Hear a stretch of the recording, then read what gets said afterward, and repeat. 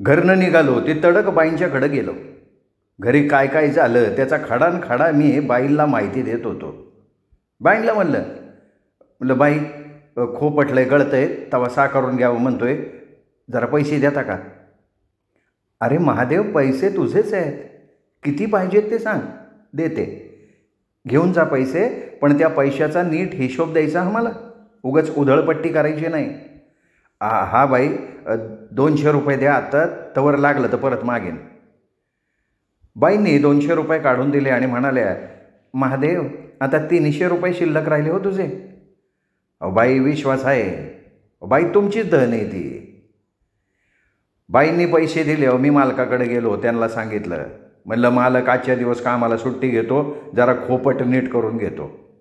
मालक म्हणले, अरे गळतंय खोपट तर मी तुला पत्र टाकून देतो की, 4 भिंती घेऊ वडून, एक खोली काढली तर बास होईन की दोघांना.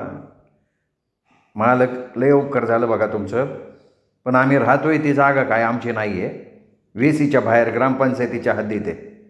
खोपट आमचं, जवळ चालतंय तवर चालवायचं, उठ म्हणलं का निघायचं बोरा बास्तारा गोंडाळून. बरं ठीक आहे, जा तू, पण उद्या वेळ येऊये. आणि हां, तुला काय पैसे कमी पडले तर बिनघोर सांग, कधी देऊ तुला 200-400. असं म्हणून मालकानं खिशात हात घातला. माझं तर डोळंच भरून आलं. मी म्हणलं, मालक तुमचेच उपकार आहेत आमच्यावर, तुम्ही दिलेल्या पगारातनं तर मी हे काम करतोय. आज नाही तर 2 वर्ष झालं खोपटं नीट करणं झालं नाही बघा. पैसे आहेत माझ्याकडं, मी जातो बरं का. जाता जाता शिवानायकाला सांगून गेलो, कडवा पेंडी आणि ऊसाचा 65 आणून टाका.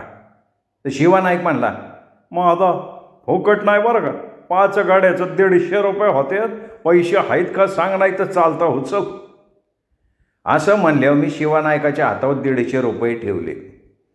पैसे ठेवल्या लगेच चाल बदलली त्याची. मला लगे गोड आवाजात म्हणला, मादा बैस बैलगाडीत, चल घेऊन जाऊ कडबा तुझ्या घरला लगी. मग काय, मी बिडावलात बसलोय गाडीत. माझ्या मिरवणुकीनंतर आज बैलगाडीत बसायचा योग आला होता. मोठ्या तोऱ्यात कडब्याने भरलेल्या गाडीत बसलो, जणू एखादा महाराजा 7 घोड्यांच्या रथात डौलत निघाल्यागत वाटायला लागलं मला.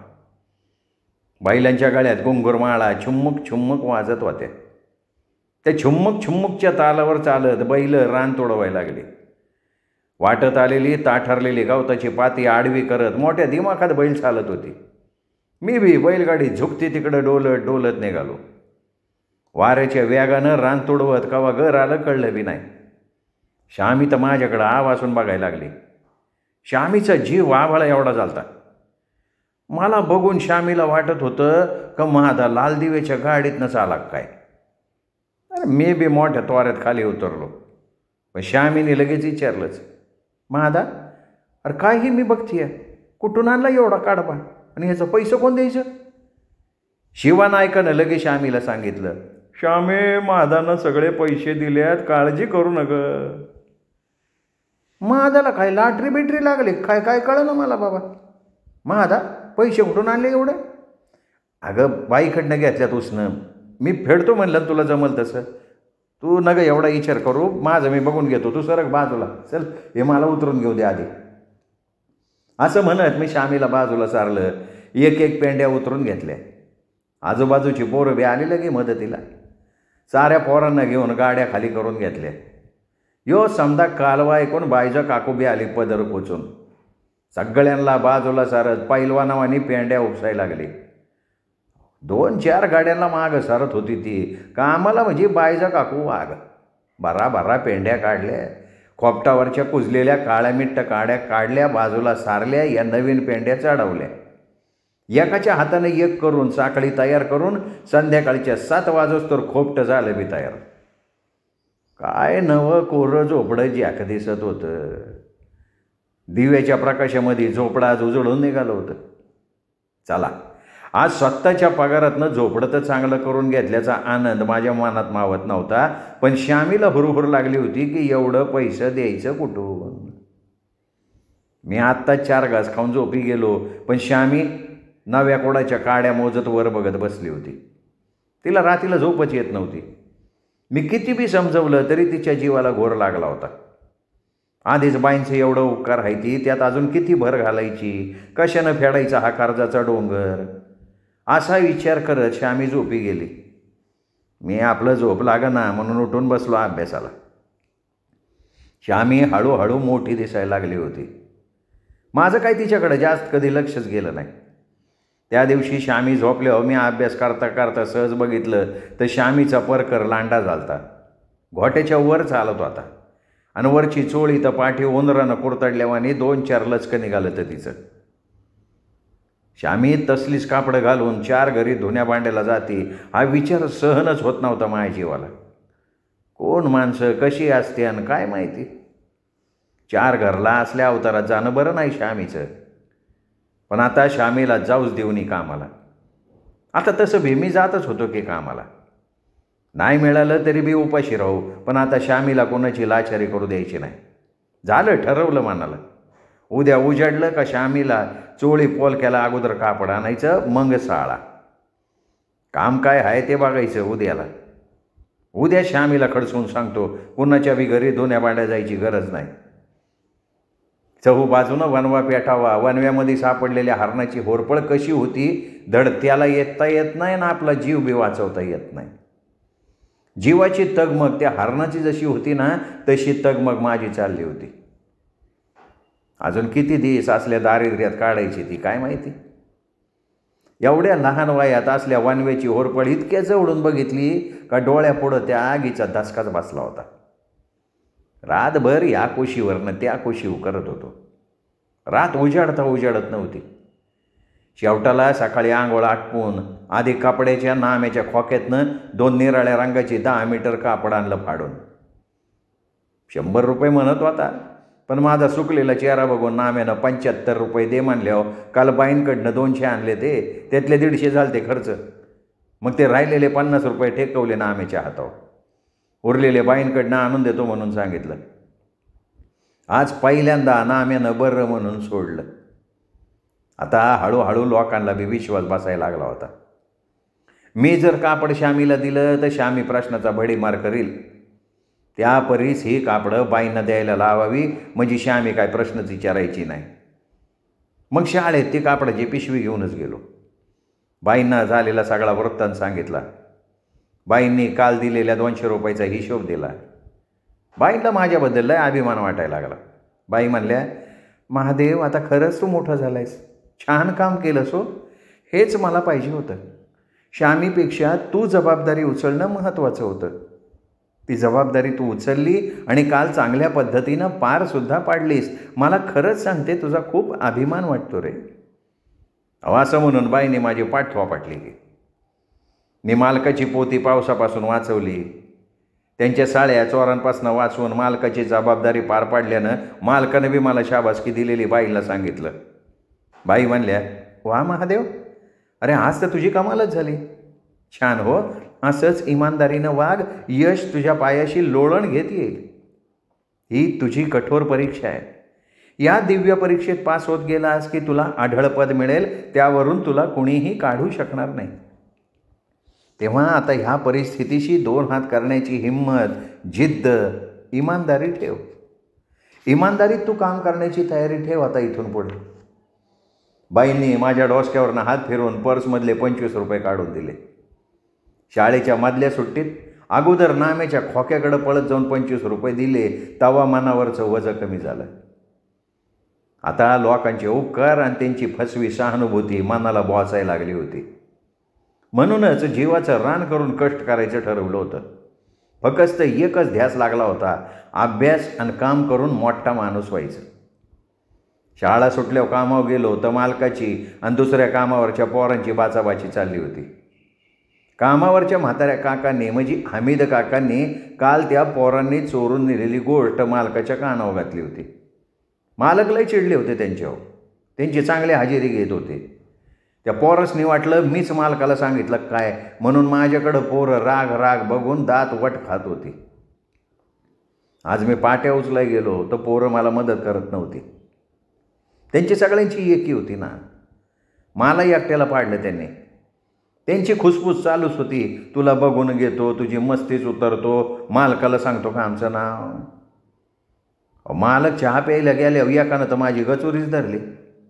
त्याचं बघून सगळे आली जवळ, घोळका करून मला धमकवायला लागले.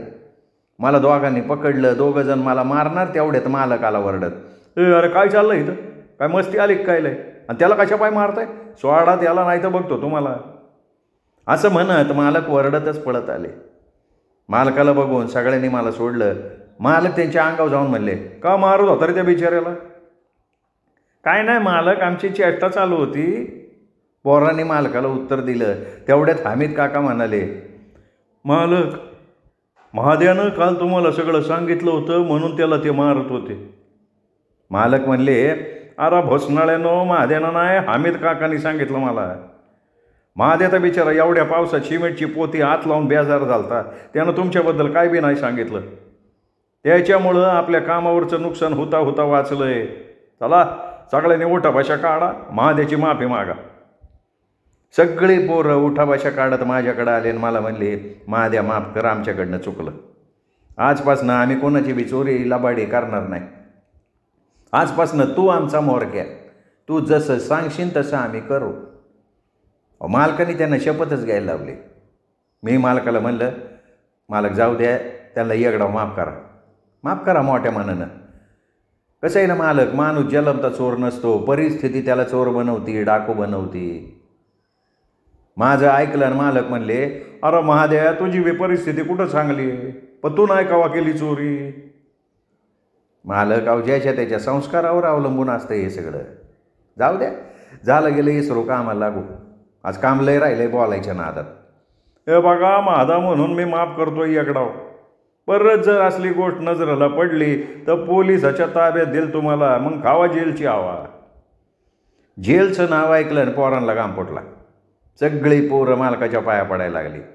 मालक, परत कधी बी आम्ही चोरी करणार नाही, पण आम्हाला पोलिसाच्या ताब्यात देऊ नका.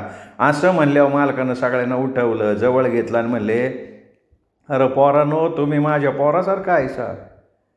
हे बघा, मी प्रेमळ आहे, पण मी शिस्तीचा बी आहे. मला चोरी लबाडी चालणार नाही.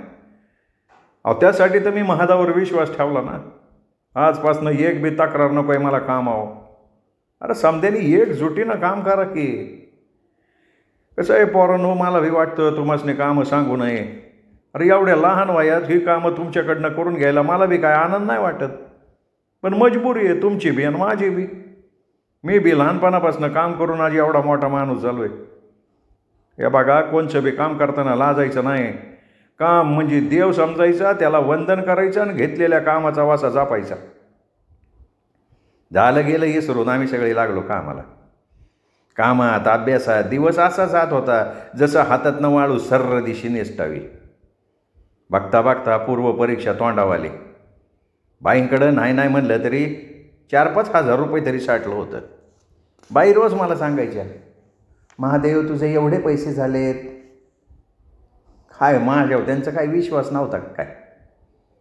श्यामीला तर अजून बी माहिती नव्हतं मी कामावर जातोय. अधूनमधून मी घरात माल बी आणून टाकत होतो. श्यामीनं विचारलं की सांगायचं, बाईंनी दिलंय सामान, बाईच्या काकूने दिलंय सामान.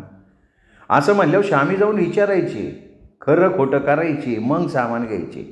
तरी बी मला वरडायची, मादा असं लोकांचा उपकार किती दिवस घ्यायचा आपण. मग मी तिची समजूत काढायचो.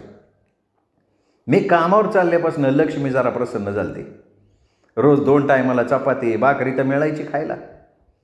श्यामीला कामाला जाऊ नको म्हणलं तर तिने काही ऐकलं नाही. माझं बी नाही ऐकलं, बाईचं बी नाही ऐकलं. श्यामी मी सकाळी शाळेला गेलो की जायची 4 घरची दोन्ही भांडी करायला. एवढं राबून काय मिळायचं तर महिन्याला एका घराला 50-60 रुपये. महिनाभर राबावं तेव्हा एवढं पैसे मिळायचं. कवा कवा द्यायचं शिळपाकर राहिलेलं, मग तेव्हा भागवायचो आम्ही दोघं बी. एक दिवशी श्यामी असंच कामाला चालली होती. त्या दिवशी आमची शाळा जरा उशिरा भरणार होती. शाळेला सरांची कसली तरी मीटिंग होती म्हणून अशीच घरातनं निघालो.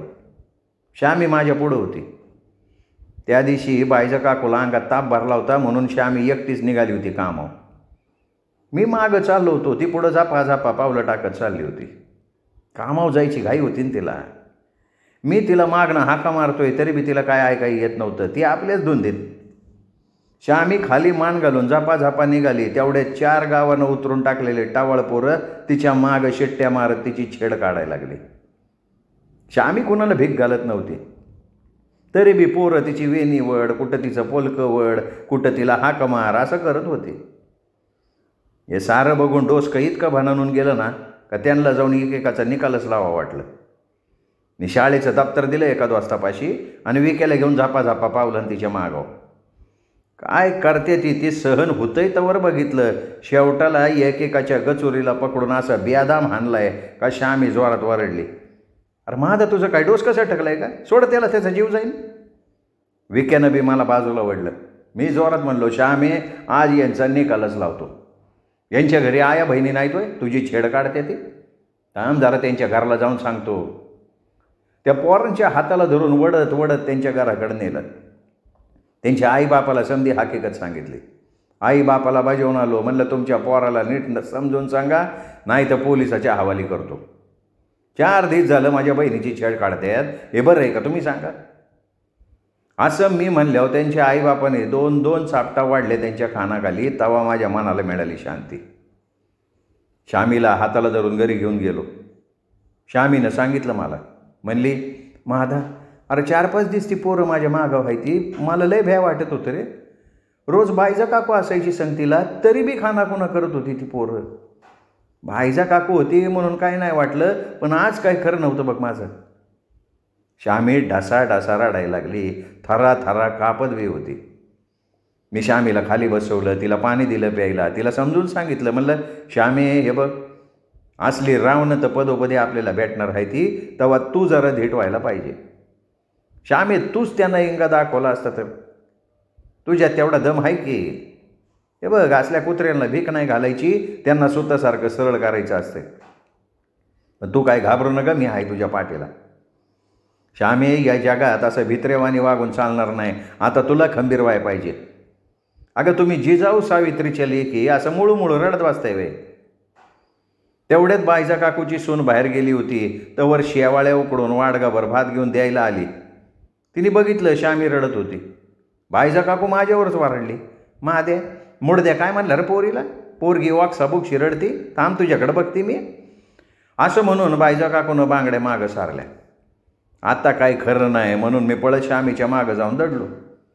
श्यामीनं काकूला झालेलं रामायण सांगितलं. काकूचं तर डोसकंच फिरलं.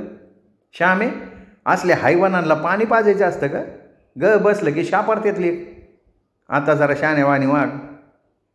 अगं श्यामी तुला ना आई ना बाप, हा भाऊ आहे ना बरं का. काय बरं वाईट झालं तर सांगून बी यायचं नाही ग. आता तू खंबीर राहायला पाहिजे. अगं असल्या पोरेशीचं थोबाड फाडून टाकायचं. तुझ्या मनगटात बळ गोळा कर, दाखवून दे आम्ही बी कमी नाही, जिजाऊंचे लेकी. ही टवळी न ग भेटत असतात ग, पण असं मुळू केलं ना का फायदा उठवते ते आपला. श्यामे तुला माझ्या जीवनाचा किस्सा सांगते बरं का. मी माझ्या बापाला रानात भाकरीचं गठोळ घेऊन चालली होती. माझा बाप उपाशी तापाशी काम करतोय म्हणून सन चाललेली होती. डोसक्यात एकच विचार का बापाला भूक लागली असन. आई वरडायच्या अगोदर तिथं पोचायला पाहिजे. मी पाटलाच्या जाधवाच्या बांधावरनं आडवळणानं शेत गाठायचं बघत होती. तेवढे तिकडनं उसतनं 2-4 गावातलीच गावगुंड आली की समोर. मला म्हणली बाई चल येते का तिकडच्या माळावर. तवर दुसरा म्हणला आणि इकडं लय दमली, मी देतो तुझ्या बापाला भाकरी. तर मागणं आवाज आला, बाईजे लय उन्हा नको मिजली, ये जरा आंब्याखाली बसू. असं म्हणल्यावर माझ्या डोसक्यावरनं पाणीच गेलं. त्यांच्याकडं नजर फिरवली तर वळखीचीच मुकडी. खाली वाकली, हातात मुठभर माती घेतली, फेकली समद्यांच्या थोबाडावर. बसली माकडं डोळं चोळत. ती डोळं चोळत होती तवर डाव्या हातानं ऊस उपटला आणि बडव एकेकाला बाडावला. परत म्हणून काय थोबाड दाखवलं नाही माकडाने. आज पतूर कोणी बी माझ्या वाट्याला गेलं नाही बघ. श्यामे मी हे समजा बापाला सांगितलं तर बापानं माझी पाठ थोपटल्यानं म्हणला, वार माझ्या लेकरा असल्यांची खोड मोडायलाच पाहिजे, त्यासने आयुष्याची आदल घडवली तू. आता म्हणला नाही कोणी तुझ्या वाट्याला जाणार. बाप म्हणला रावणाची जात आहे यांची, यांचं वेळेवर दहन करायला पाहिजे, नाही तर मग 10 तोंड वर काढते ती. म्हणून श्यामे तुला सांगते काय बिघडू दे, लगे घरातल्याला सांगायचं. एखाद्या फोडाकडे लवकर ध्यान नाही दिलं तर भागदाड पडतंय, जखम होती त्याची. तसंच आहे. पॉरिशीची जात म्हणजे काचेचं भांडं, एकदा तडा गेला का कोण बी फुकून विचारत नाही. आता तू मोठी झाली श्यामे, तुलाच निस्तरायचे. प्रसंगावधान बाळ. आपल्या हातात ढाल तलवार का नसना, पण परिस्थिती संकट लढता आलंच पाहिजे ना आपल्याला. कुणी बी आपल्याकडं बोट नाही दावलं पाहिजे. शील हा नारीचा दागिना, त्याचं रक्षण आपल्याला करता आलं पाहिजे. देवानं नारीला शक्ती बी तेवढीच दिली, म्हणून नारीला शक्तीचं रूप समजत्यात, लक्षात घे. ती जेवढी ममतेचं रूप आहे तेवढी चंडिका बी होऊ शकते. ही गोष्ट कवा विसरायची नाही. उद्या नांदायला गेल्यावर बी हे सगळं ध्यानात ठेव. उठ, आता ते पोरग शाळेला गेलेलं नाही. हे बस शेवाळ्याचा भात आणलाय, घ्या खाऊन दोघं बी. ए महाद्या, बरं केलं बरं का तू त्या पोरासने फोकलन काढलं ते. श्यामे आता बास की, किती मुळू करणार आहेस का? उरकून टाकू दे औंदाला तुझं लगीन, मग घोर कमी होईन बघ, महाद्याचा बी आणि माझा बी. असं म्हणल्यावर श्यामे ताडकन उठल्यानं म्हणली, काय बायचा काकू, एवढी मी जीवा उठली का? मला लगेच लगीन लावून धाडताय. हे बघा, मला माझं शिक्षण पूर्ण करायचं, त्याला हाफिसर करीन आणि मगच लग्नाचा विचार करीन मी. त्या पुढं माझ्या लग्नाचा विषय नाही काढायचा परत. त्याला बी कसं तरी वाटतं ना. मग मी काळजी घेईन इथनं पुढं. तुम्हासनी बरं वाटत नव्हतं ना काकू, म्हणून मी एकटी पडली आज. तुम्ही असल्यावर कशाला ब्यायचं? तुम्ही झोपला होता, मग कसं काय शेवाळे घेऊन आला? आराम करायचा नाही बाई. बाईजा काकू म्हणली, अगं मला कणकण आल्यागत वाटत होतं म्हणून आडवी झालती. सुनबाई गेली रेट बडवून रानाकडं, तोंडाला चव बी नव्हती. ती म्हणलं ती गेली तर उकडल्या शेवाळ्या आणि तुम्हासनी घेऊन आली. चल मी बी घासभर खाती, पडती जरा वेळ. श्यामे आज कामाला जायला नको, उद्यापासून जाऊ दोघे भिणून.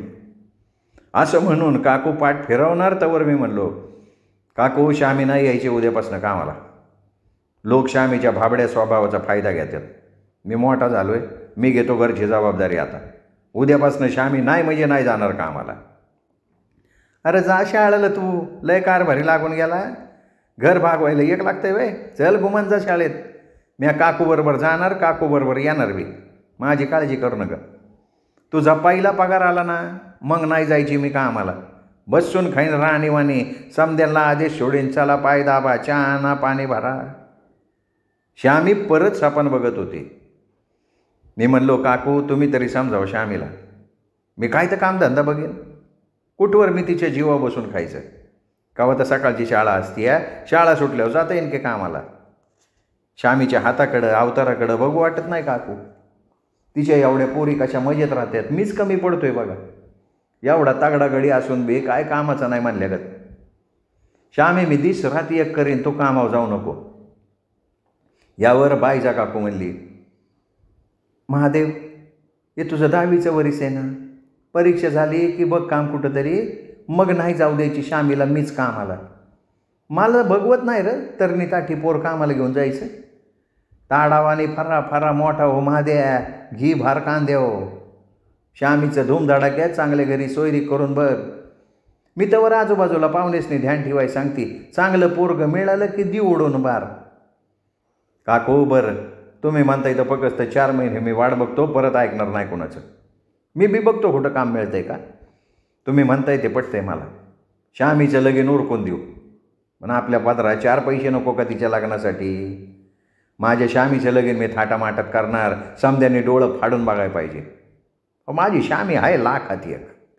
असं घर बघा ना काकू, का श्यामीला फुलावानी जपत्याला आणि राणीवानी वागवत्याला.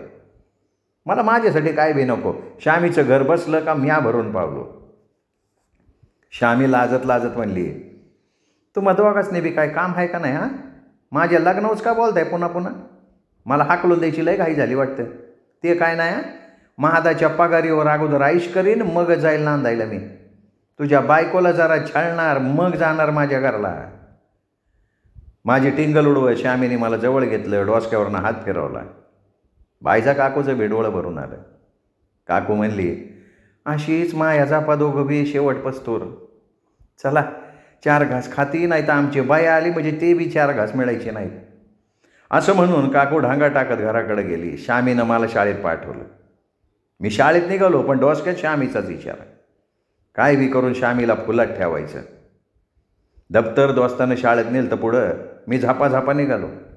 जाताना दगडाला ठेच लागली, तोंडावर पडलो, पायाचं बोटच फुटलं. तसंच गेलो धडपडत शाळेला. शाळा भरून 1.5 तास झालता. मी वर्गापुढं जाऊन उभारलो. बाईला विचारलं, म्हणलं बाई आत येऊ का?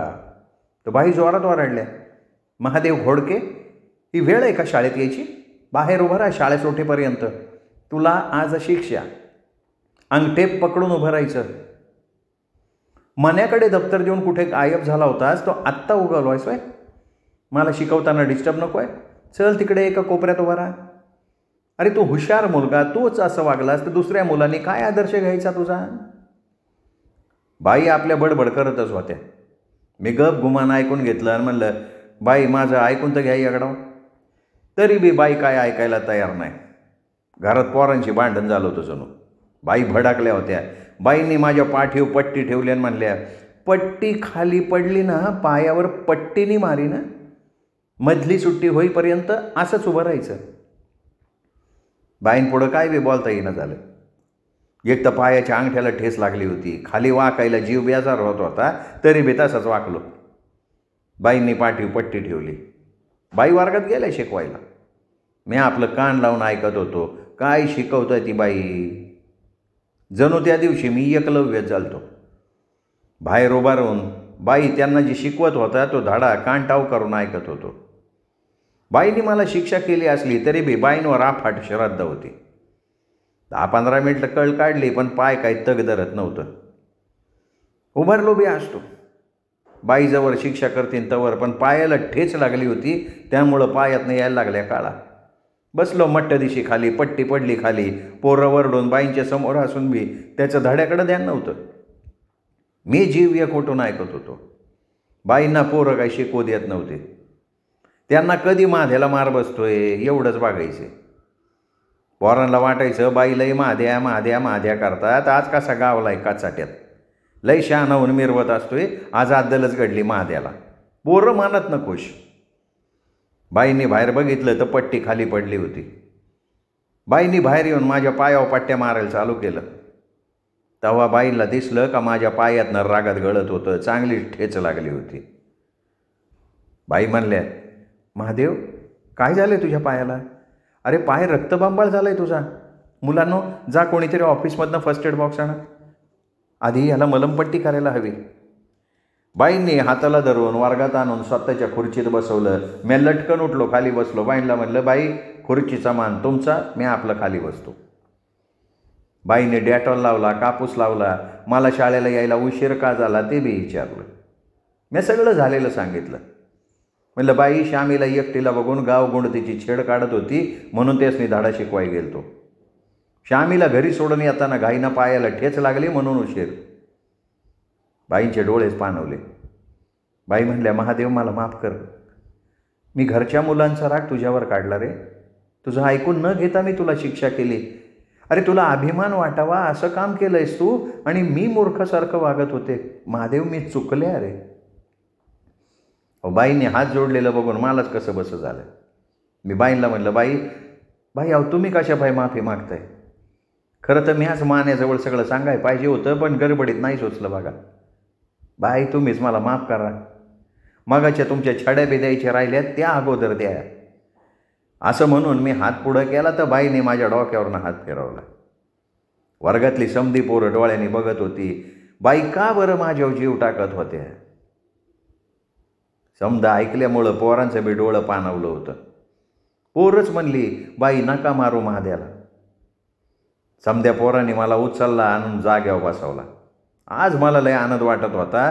कधी नव्हतं पोरं आज माझ्या बाजूनं झाल्यानं न्यायाचं पारडं माझ्या बाजूला झुकल्यागत वाटत होतं. वाटलं आज कुणाचं तोंड बघितलं असा दिस उगवला. पण बाई म्हणायच्या, काही समधी अंधश्रद्धा आहे, याच्यावर विश्वास नाही ठेवायचा. कोणाचं तोंड बघितलं, मांजर आडवं गेलं, उंबऱ्यावर कोणीतरी शिकलं, अरे हा योगायोग असतो. ते खरं होतं. सकाळी श्यामी संघ वंगाळ घडलं, पण आत्ता चांगलं घडत होतं. शाळा सुटल्यावर गेलो कामावर लंगडत. श्रोते हो, हा होता ओढ ही लागली जीवा या सौ स्मिता कवडे लिखित कादंबरीचा 11वा भाग. 12वा भाग उद्या तोपर्यंत नमस्कार मित्र.